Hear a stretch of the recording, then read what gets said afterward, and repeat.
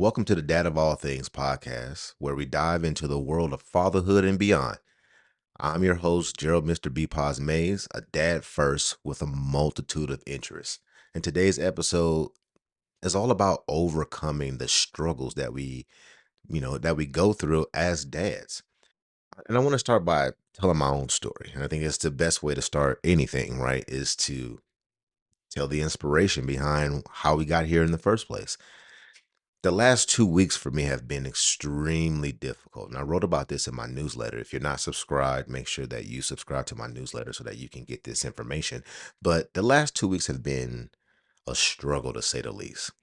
In March, we went on a road trip. And on that road trip, my son was in a very difficult accident. He was airlifted from where we were in Louisiana to Lake Charles, Louisiana, and then from there to Baton Rouge, Louisiana, because he had a small hemorrhage and brain bleed.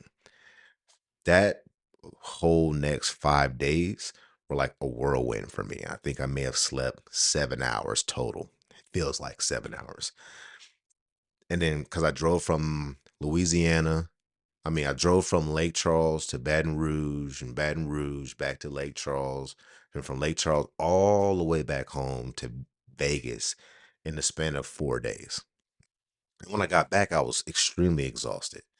And I just thought that was it. Like I was just exhausted from all the traveling and everything else, but I was in a funk, a full-fledged funk. I didn't want to do anything. I didn't want to get out of my bed. I didn't want to leave my bedroom.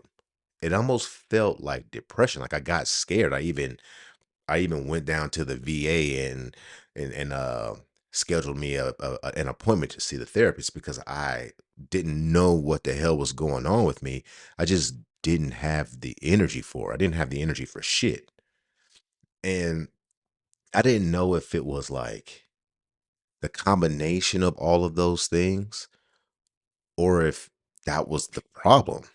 I mean, I think for myself, I learned that we all as dads fall into some sort of funk, whether it be from overextending ourselves in other areas or not meeting our own expectations or having too low of an expectation so that when we do accomplish things and fall, we fall too far and we can't generate the steam to even get back to being productive.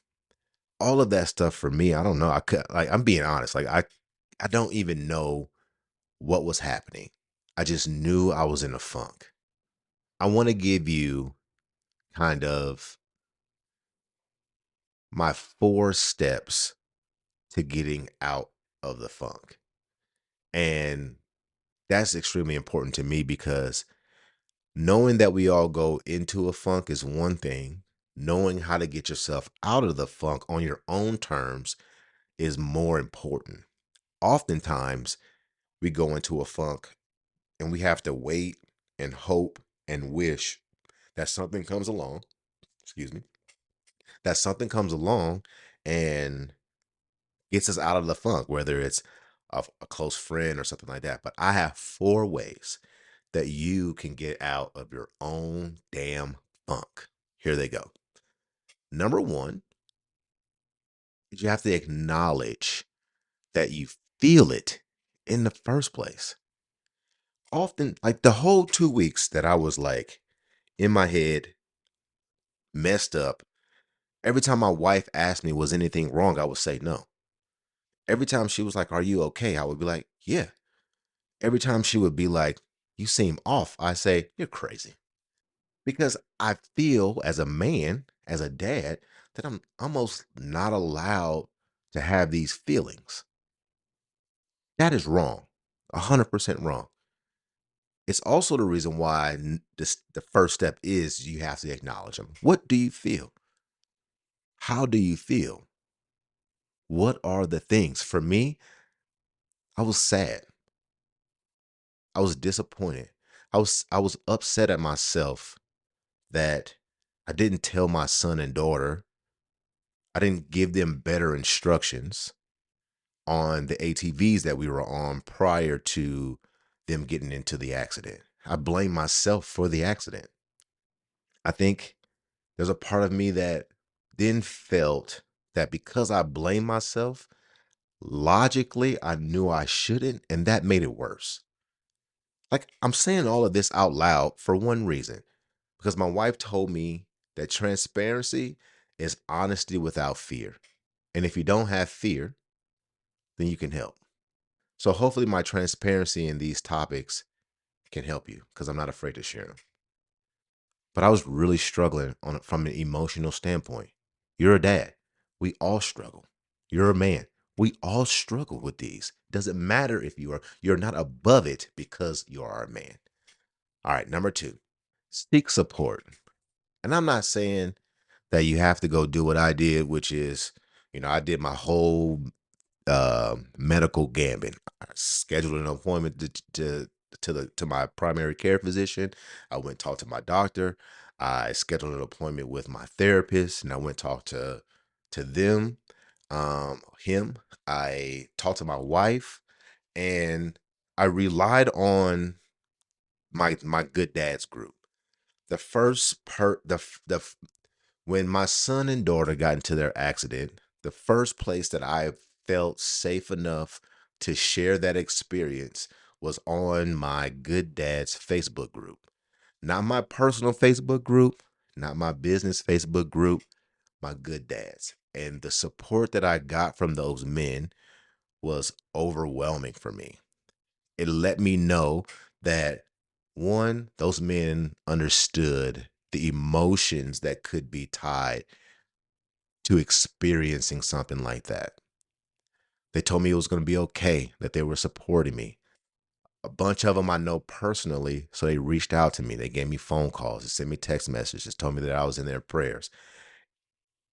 And I promise you, it gave me a second sense or like a cape, like if I was Batman or something. It made me feel like I didn't have to do this by myself. It made me feel like I can spread the burden out thinner to help me. I really needed that.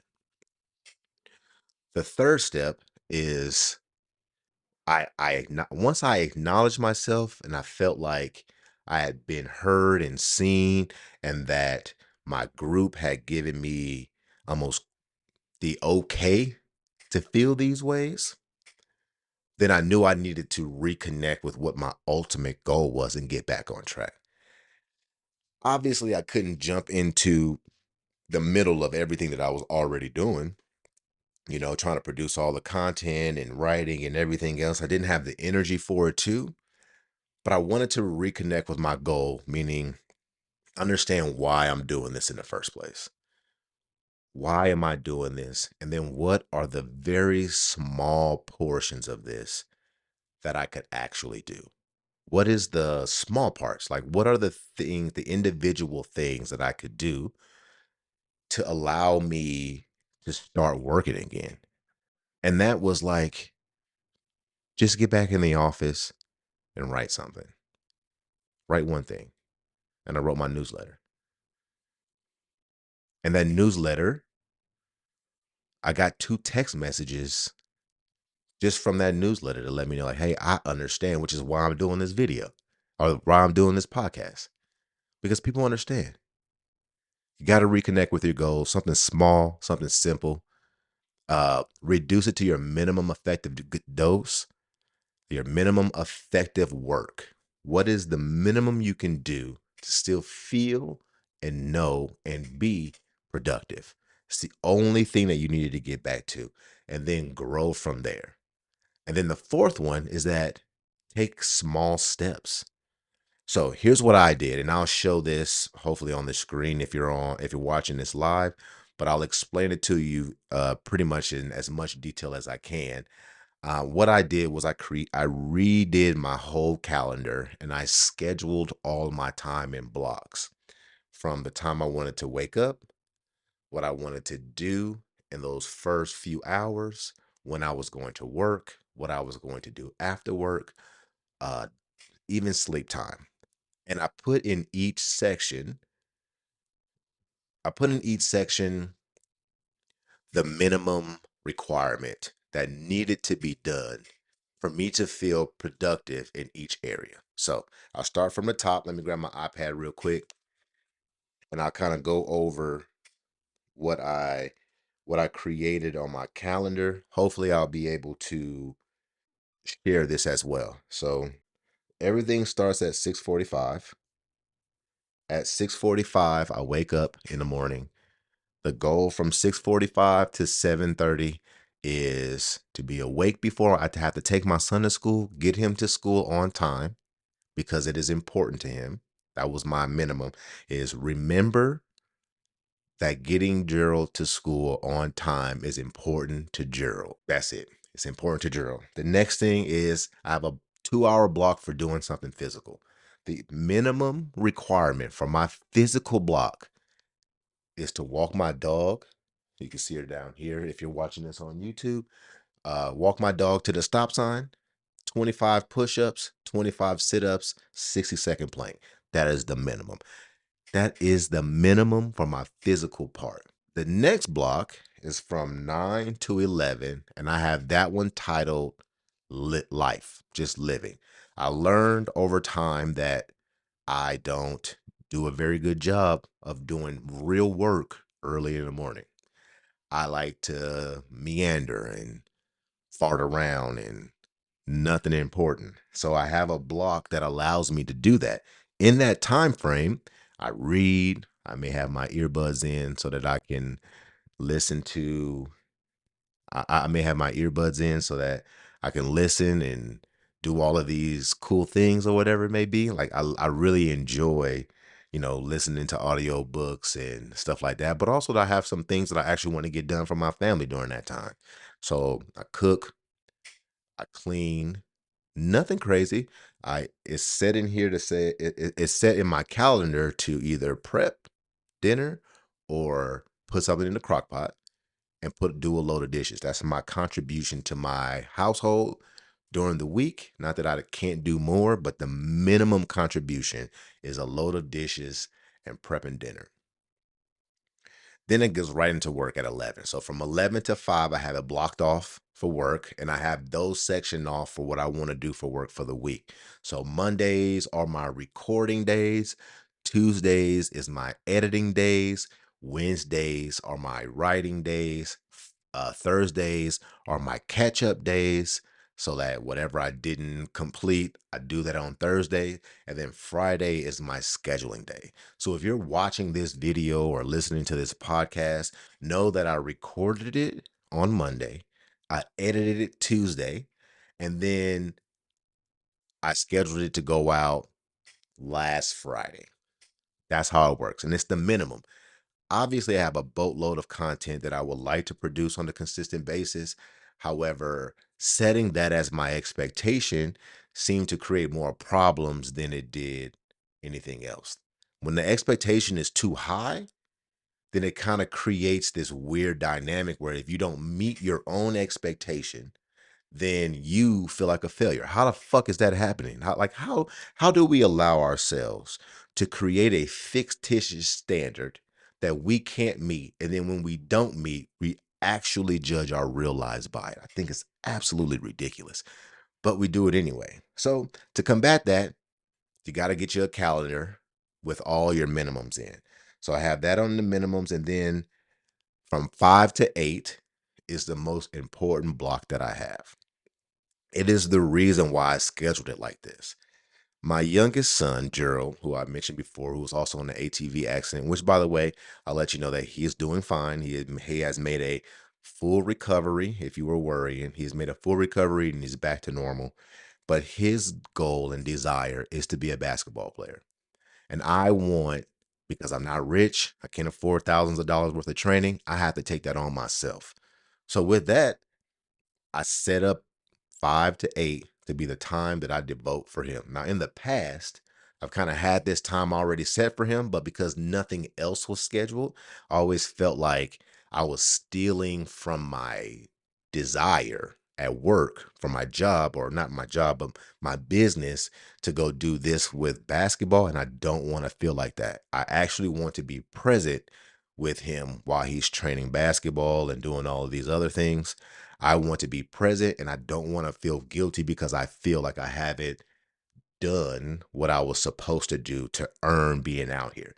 I wanted to change the focus because the most important thing on my calendar is being available from 5 to 8 o'clock for my son. That means I need to get everything done, my minimums done, so that I can go out there at 5, fully present with no cell phone, no nothing, just a basketball, some sneakers, and my son. That is the focus. I I challenge you to find your real focus to why you're doing what you're doing. Why are you working so hard? I know it's not just to, get a hand clap from somebody or to feel like you are killing it or crushing it or you're an alpha male and feel like you have to be at the top of the food chain. I know that it's a lot more cerebral than that. So I challenge you to find why you. Why are you doing this? Why are you working so hard? Why are you working yourself to death? And see if you can, the way my teacher wife explains it, backwards plan from there. This was the first thing that went into my calendar. Gerald basketball training and practices and workouts. In there, I have like videos for workouts and things like that that we can use. He's attached to this calendar so that if something happens and I can't go, he has a plan of action for this. So I put all of that in for him. That is the most important part. And then from 8 to 11, I have chill with my wife, have dinner, and I don't know if you guys are partakers, as my one of my good friends, Aunt, my former barber before he moved, used to say. I don't know if you're partakers in the devil's lechuga, but as a military veteran with issues sleeping, I partake in the devil's lechuga at night so that I can go to sleep, and that is my time. Now, the reason why that's on there is because I would be so disjointed in everything that I was doing, like everything. Like I'd be so disjointed in everything that I was doing that I'd get overwhelmed. And they say that when you're overwhelmed, you are more susceptible to seeking out pleasure, whether that's through masturbation, uh, overeating, or something like that. What I would do is I'd smoke. I'd go outside and smoke because I feel like I'm stressed and overwhelmed. And the way to calm myself down, I smoke. But smoking also makes me completely fucking useless. I know there's a lot of people out there that smokes the devil lechuga who can build an entire building and paint the Mona Lisa and fucking all this other. I'm not that person. If I smoke, I'm going to bed. Or it's gonna take me 3 hours to get to a place where I can like hang out and chill. So I put in there at that time that I can smoke at that time, and then I have another time like it's a it's like an alert. So at 11 o'clock it says you need to go upstairs. Like we don't have time to lose track of time. You need to go upstairs and start to begin your sleep routine. Shower, smoke again if that's what you're gonna do, and get ready for bed. And then at 11 o'clock, 12 o'clock, that is the bare minimum of when you need to be asleep. 12 o'clock so that you can get up 6.5 hours later. So that's my schedule to kind of combat like falling off the wagon. Is that most of the time when we fall off the wagon, there's nowhere to go back to because the place that you were operating at is so far ahead that falling back or taking the first step of your first step seems like a regression. And I want to let you know that it's not a regression. It is extremely important. It's important for you to be able to have a minimum. It's important for you to have a floor that's productive. I have a coach that I meet with. I used to meet with her once a week. Now it's kind of sporadic here and there. But I met with her today before I started this actual podcast. And I said something to her that I never really said out loud that I want to share with you. I said my problem was I set my expectation way too high and when I didn't meet my own expectation, I would quit or I would get into a funk or I would feel like a failure or whatever that emotion is. But when I was trying to get back on, I realized that either my floor was too low or I never established a floor at all. And I think most of us would benefit from building the floor first, building your foundation first, not the ceiling, because our minds and dreams and everything else will create a ceiling that only God Himself can accomplish. I want you to focus on the floor. When it's time to step foot on the foundation, what does that look like? My calendar is my foundation. It is the bare minimum. And to be honest, if I committed to doing this minimum Monday through Friday, I'd be more productive than what I have been in the past. Because before I'm balls to the wall, let's go, we doing it. And then I quit for 3 weeks. And then I'm back. It takes me a week or two to kind of like rev the engine back up. And then I'm at top speed, going full speed ahead for 2 months, maybe even 2 weeks. And then crash. And now I'm out the game. If I can just be consistent with what's on my calendar every single day, Monday through Friday, I'd be more successful than I've ever been. So I ask you, what is your floor? What is the minimum amount of work that you can get done to make you feel accomplished, that you've done something, and that if you didn't do anything else, you'd be okay? You'd feel like you worked. What is that for you? And then expand that to all areas. What is that with your children? What is the minimum floor of emotions to deal with your children? What is the minimum activities that you want to do to show your wife or spouse that you love and care for them? What is the minimum activities that you'd like to do around your house so that your honey-do list gets done and doesn't stack up on you? What are those things? And I challenge you, I really challenge you to build your floor. So I'll leave you with that. I hope that you got something out of it. This is my first podcast, kinda, of 1,000 podcasts, but this is the one I want to do. Dad of all things, because I'm a dad first, but I have many, many, many interests, just like you.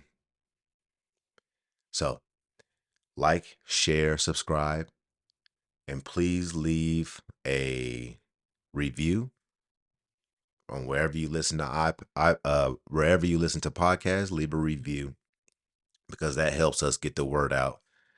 And if you like this, I invite you to join my newsletter, the Good Dads newsletter. I'll put the link in the description. Other than that, that's it. Y'all take care. I appreciate it. Sayonara.